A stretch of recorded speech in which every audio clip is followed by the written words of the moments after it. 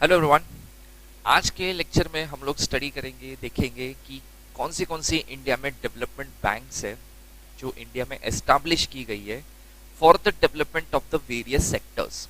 बराबर, मतलब ये सारी बैंक का सबसे मेन इंटेंशन है अलग अलग सेक्टर को डेवलप करना, उनको हेल्प करना, उनको अपलिफ्ट करना। ये मेन इंटेंशन से काफी सारी डेवलपमेंट बैंक को इंडिया में एस्टैब्लिश किया गया है। We are not talking about I C I C I bank and मतलब बोलते ना कोटक बैंक, एक्सिस बैंक, ये सब बैंक नहीं, ये अलग कैटेगरी की डेवलपमेंट बैंक है। बराबर, तो सबसे पहले तो हम लोग एक बेसिक चार्ट देख लेते हैं कि जैसे देखो इंडस्ट्रियल डेवलपमेंट के लिए आईएफसीआई, आईडीबीआई एंड सिडबी करके तीन बैंक को फॉर्म किया गया है इंडिया में। एग्रीकल्चरल डेवलपमेंट के लिए नाबार्ड को बनाया गया है। इंपोर्ट एक्सपोर्ट को डेवलप करने के लिए इंडिया में एक्सिम बैंक को बनाया गया है और हाउसिंग सेक्टर को डेवलप करने के लिए एनएचबी को बनाया गया है। तो ये वेरियस सेक्टर्स है जहां पे अलग अलग बैंक को फॉर्म किया गया है। तो हम लोग हर एक बैंक का फाउंडेशन डे क्या था, ठीक है, उनका हेडक्वार्टर कहाँ पे है और मेन उनका पर्पस क्या है, क्यों उसको बनाया गया, ये हर एक बैंक का हम लोग देखेंगे। ठीक है, तो सबसे पहले हम लोग देखते हैं NHB, that is national housing bank. ये एंटायर जो बैंक है ये रिजर्व बैंक के हाथ में है। इसको फाउंड किया, तब इसको एस्टैब्लिश किया गया था 9 जुलाई 1988 को। बराबर, इसका हेडक्वार्टर दिल्ली में है। मेन इंटेंशन क्या था इसका, मतलब मेन किस पर्पस के लिए इसको फॉर्म किया गया था। So apex regulatory body for the overall regulation and licensing of the housing finance companies in India. ठीक है, ये लोग का मेन काम है रेगुलेशंस बनाना और जो भी हाउसिंग फाइनेंस कंपनी है उनको लाइसेंस ग्रांट करना, उनको ओवरऑल कंट्रोल करना। इसके लिए यह बैंक को बनाया गया है। ठीक है, देन वैसे ही एक दूसरा बैंक आता है नाबार्ड। ठीक है, that is national bank for agriculture and rural development, that is the full form of NABARD. NABARD को 20 जुलाई 1982 को फॉर्म किया गया था और उसका हेडक्वार्टर मुंबई में ही है। मेन इसका पर्पस अगर आप देखोगे, सो National Bank for Agriculture and Rural Development is an apex regulatory body for overall regulation of the regional rural bank and apex cooperative bank in India। ठीक है, इनका काम मेन ये है कि जो भी कोऑपरेटिव बैंक्स और छोटी छोटी रीजनल रूरल बैंक्स हैं उनको ध्यान देना और स्पेशली एग्रीकल्चर और रूरल डेवलपमेंट के सेक्टर में इनको आगे लेके आना, क्योंकि जो छोटी छोटी बैंक्स है वो ज्यादा आपको रूरल एरियाज में दिखेगी। ठीक है, तो वहां से उनको कैसे अपलिफ्ट कराया जा सके, ठीक है, उसके ऊपर ये लोग काम करते हैं।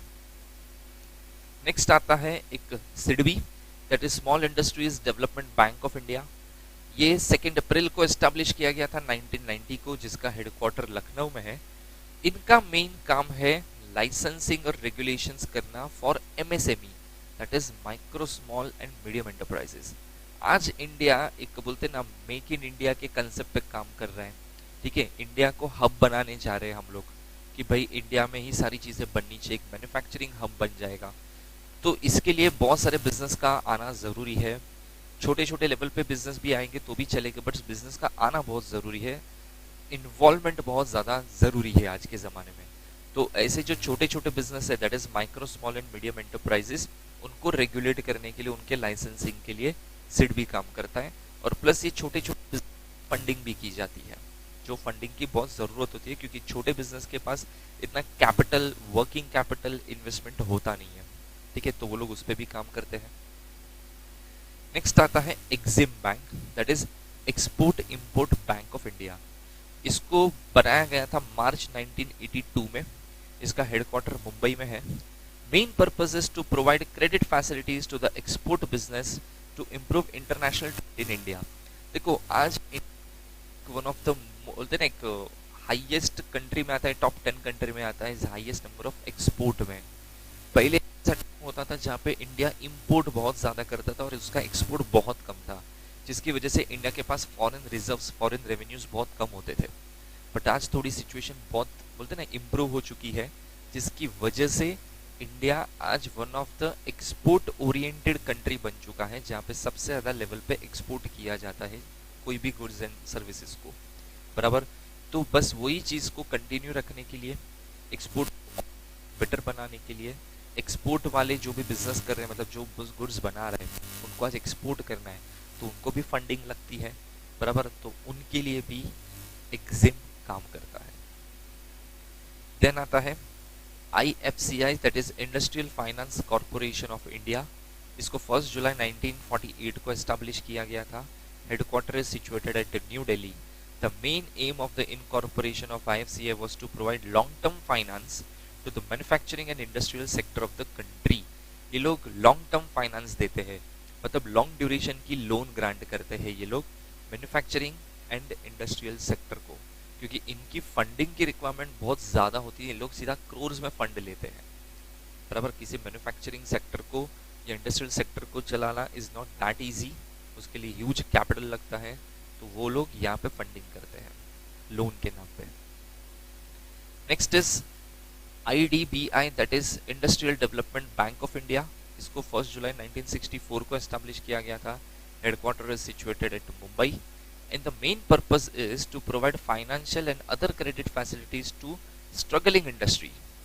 जो इंडस्ट्री स्ट्रगलिंग इंडस्ट्री या बाकी की इंडस्ट्री के कंपैरिजन में इनका ग्रोथ अच्छा नहीं है, पीछे है, अंडर डेवलप है, तो ऐसे सेक्टर को वो लोग टारगेट करके उनको फंडिंग प्रोवाइड करते हैं, ठीक है। ये मेन काम है IDBI बैंक का। तो ये सारी जो हमने देखी, ये सारी की सारी इंडिया में डेवलपमेंट बैंक्स है जो इंडिया के वेरियस सेक्टर्स को अपलिफ्ट करने के लिए काम करता है, ठीक है। सो इसी के साथ ये वीडियो हम लोग यहाँ पे एंड करते हैं। Thank you very much.